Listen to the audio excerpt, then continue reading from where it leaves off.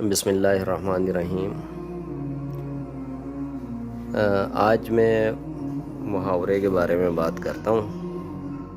آپ کو بتاتا ہوں کہ محاورہ کیا چیز ہوتا ہے۔ تقریباً ہر زبان، دنیا کی ہر زبان محاوروں کے اوپر مشتمل ہوتی ہے۔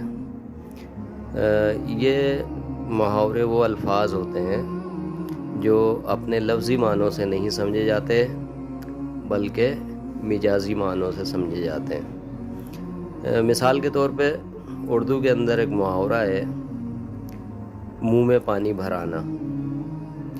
منہ میں پانی بھر آنا، اب اس کی اگر میننگ دیکھیں تو آپ اس کے معنی دیکھیں تو اس سے مراد تو یہی ہے کہ کسی نے جس طریقے سے بالٹی میں پانی بھرتے ہیں اسی طریقے سے منہ کے اندر پانی بھر لیا، منہ میں پانی بھر گیا۔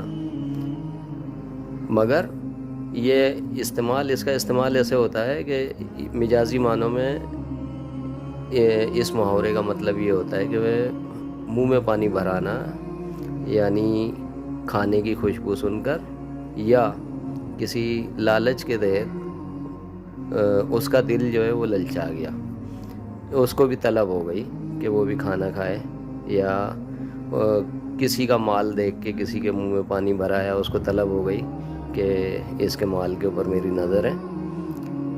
اسی طریقے سے ایک اور محاورہ ہے، اینٹ سے اینٹ بجا دینا۔ اینٹ سے اینٹ بجا دینا، اب اس کی معنی اگر دیکھی جائے تو اس کی معنی یہ بنتی ہے کہ دو اینٹیں اور ان کو پکڑ کے ایک دوسرے کو بجایا جا رہا ہے، مگر یہ اس کا استعمال ہوتا ہے کسی چیز کو تباہ کر دینے کے لیے۔